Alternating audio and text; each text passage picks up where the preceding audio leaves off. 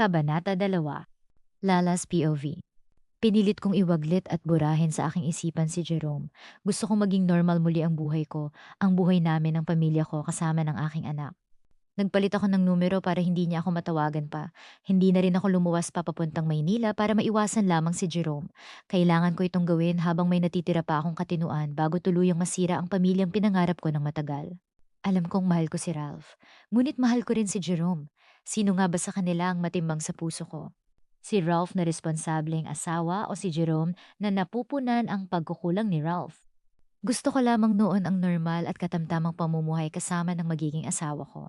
Mapakain ang mga anak ko sa tamang oras, makapag-aral sa magandang eskwelahan. Ayaw kong magaya sila sa naging buhay ko simula pagkabata na dumanas ng hirap.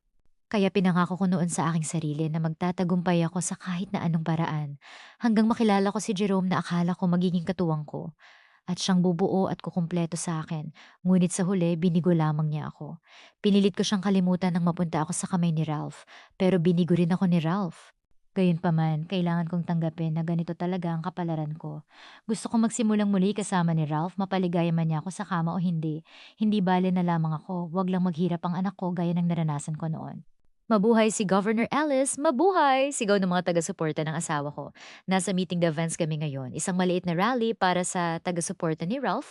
Formal niyang inanunsyo ang pagtakbo sa darating na halalan bilang senador.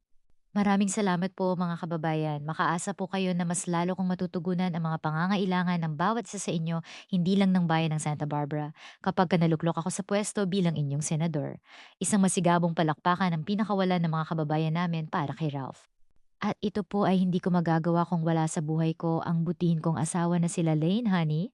Natigilan ako sa pakikipag-usap sa asawa ni Mayor nang tawagin ako ng asawa ko. Tumayo ako at pinakawala ng matamis na ngiti sa aking labi at lumapit sa kanya. Napakaganda ng asawa ko, hindi ba? Hiyawan at palakpakan ang isinagot ng mga nanonood sa amin. Hinagan ako ni Ralph at hinalikan ng mabilis sa aking labi.